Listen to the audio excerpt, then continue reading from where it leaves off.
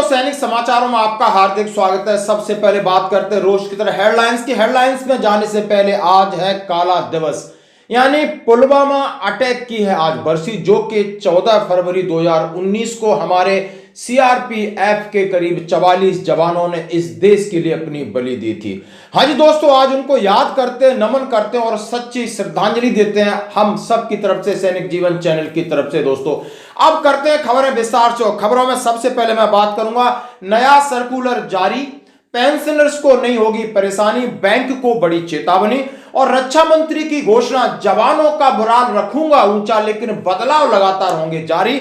और सावधान, यदि आपके पास कोई प्राइवेट व्हीकल है, उसमें आप आर्मी लिखते हो या कोई आप रेजिमेंटल साइन लगाते हो, तो उस पर है प्रतिबंध। क्या कहता है लेटर, क्या है एडवाइजरी, उसके बारे में बात करेंगे। तो खबरें करते हैं विस्तार से। सबसे पहले जैसे मैंने कहा कि कौन सा एक नया सर्कुलर है जिसके लिए आपके लिए राहत होगी। जैसा कि दोस्तों, यदि आपने लाइफ सर्टिफिकेट जमा कराना है, यदि आपकी पेंशन डिटेल आपको चाहिए, यदि आपको ग्रेवियंस सिस्टम में जाना है, किसी भी सिस्टम यानी PDA pension disbursing agency bank है, उसकी पूरी जिम्मेदारी है। ये सर्कुलर निकला है, आप डिनाई नहीं कर सकते कि पेंशनर्स का लाइफ सर्टिफिकेट नहीं हुआ है, तो आप जाकर के चेक करेंगे आखिर उसने लाइफ सर्टिफिकेट क्यों सबमिट नहीं किया।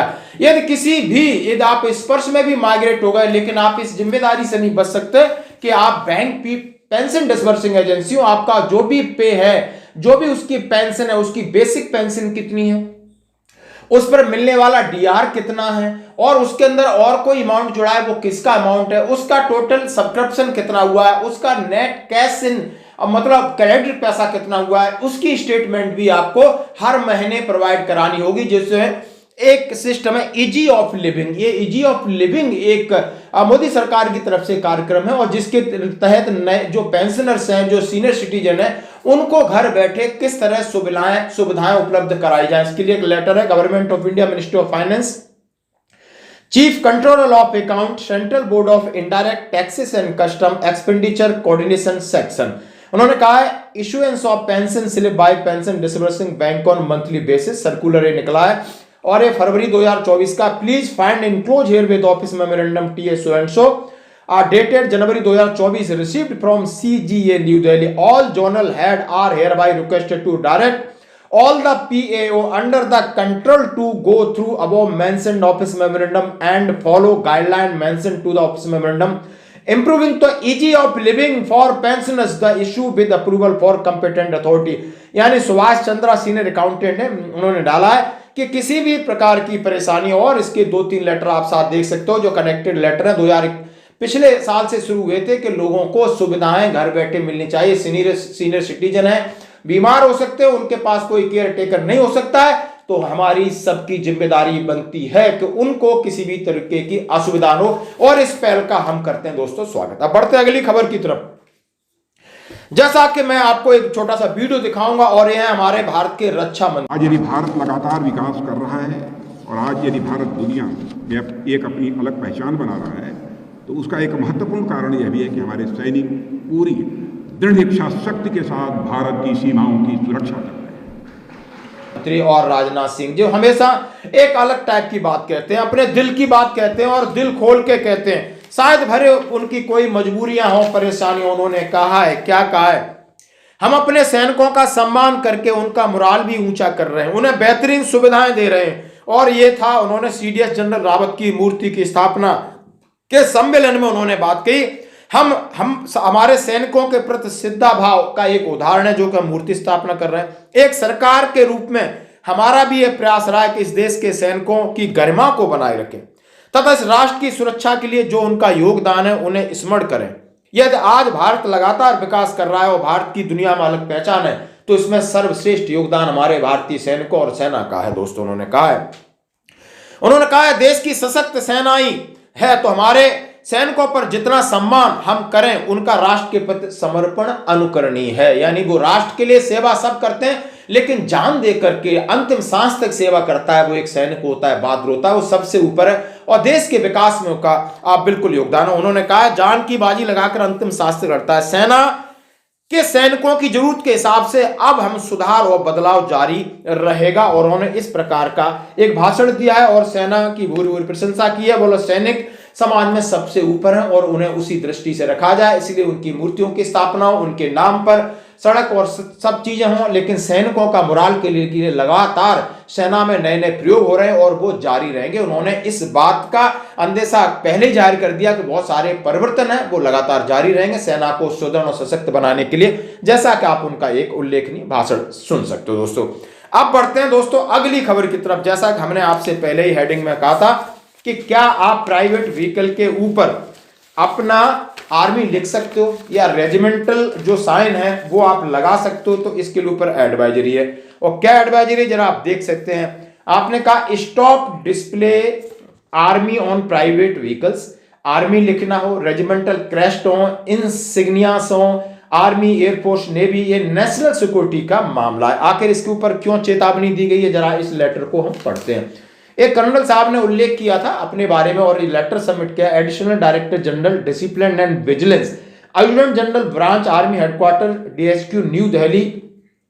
लेटर बहुत पुराना है, ये है 2021। Provision from displaying army on the private vehicles of late trend of marking army and display of regimental crest signatures on the private vehicles by the armored forces personnel has become rather noticeable popular. The Air Force and naval personnel are also following suit.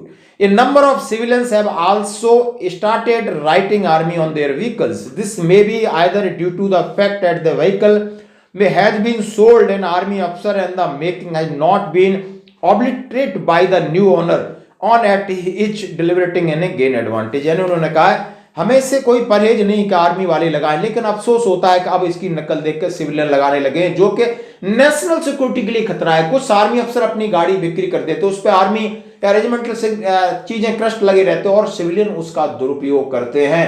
और इससे बचने के लिए while उन्होंने कहा gradients national security of inherent period of the army man of a professional allowable primary responsibility of citizen of the country of the follow rules and regulation has also be kept in view.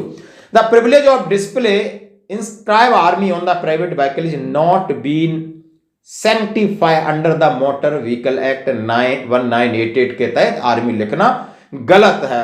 और कहा है neither under the State Motor Vehicle Act as a matter of fact rule 71 Delhi Motor Vehicles Rule 93, यानी लिखा है provided execution display inscription of any advertisement devices figure या writing on the vehicle except when permitted to the state transport authority only the public service vehicle carrying the government mail by the under the contact of Indian post telegraph department mail etcetera. उन्होंने कहा है कि vehicle owned by army personnel is ban, therefore the practice of writing army and fixing painting regimental insignia on private motor vehicle all type will cases न forthwith। इन्होंने इस तरीके का नहीं हो सकता है। आप ये लेटर दे सकते हो कि बिल्कुल आप भी हम सब कोशिश करते हैं कि हम आर्मी में सेवा की है, देश के लिए सेवा की है, तो हमें एक गर्व की बात है, प्राउड की बात, उससे हम कोई एडवांटेज नहीं लेते। बिल्कुल सही है, लोग पुलिस लिखते हैं या डॉक्टर लिखते हैं, वकील लिखते हैं, भाई उनका हुआ। हम आर्मी वाले हैं, हम सिविल पे कोई दादागिरी के लिए नहीं लिखते या हम किसी को डराने के लिए नहीं लिखते, के लिए हमारे ऊपर प्राउड की बात है, हमें गर्व होता है हम एक सर्विसमैन होते हैं। लेकिन यदि नेशनल सिक्योरिटी वाली बात है तो हम जरूर इसको अवॉइड करेंगे। दोस्तों ये थी आज की खबरें, बनी रही हमारे साथ। इसलिए सिर्फ सरकार के रूप में ही नहीं, इसलिए सिर्फ सरकार के रूप में ही नहीं, बल्कि एक राष्ट्र के नागरिक के रूप में भी हमारा ये प्रयास होना चाहिए कि हम सैनिकों का सम्मान करें। और हम सबका बराबर यही प्रयत्न रहता भी है। साथियों, चीफ ऑफ डिफेंस स्टाफ के रूप में जनरल बिपिन रावत की नियुक्ति भारत के सैन्य इतिहास में एक मेजर रिफॉर्म था। पहले chief of defence staff Bharat में नहीं होता था, भारत के पहले चीफ ऑफ डिफेंस स्टाफ बने और इस पद का सृजन ही सेनाओं के सशक्तिकरण और उनके सम्मान के प्रति हमारी सरकार का जो संकल्प है उसे यह दर्शाता है। एक तरफ हमने नेशनल वार मेमोरियल की स्थापना करके सशस्त्र बलों के प्रति राष्ट्र की ओर से अपनी कृतज्ञता ज्ञापित की, तो वहीं दूसरी तरफ देश के सैनिकों के हाथों में उत्कृष्ट व आधुनिक हथियार देकर हम उन्हें लगातार सशक्त भी बना रहे हैं। हम अपने सैनिकों का सम्मान करके उनके मोरल को ऊंचा कर रहे हैं और उन्हें बेहतरीन सुविधाएं भी दे रहे हैं। आज पूर्व CDS स्वर्गीय श्री बिपिन रावत जी की मूर्ति की स्थापना भी समाज के रूप में हमारे सैनिकों के प्रति हमारे श्रद्धा भाव का ही यह एक उदाहरण है।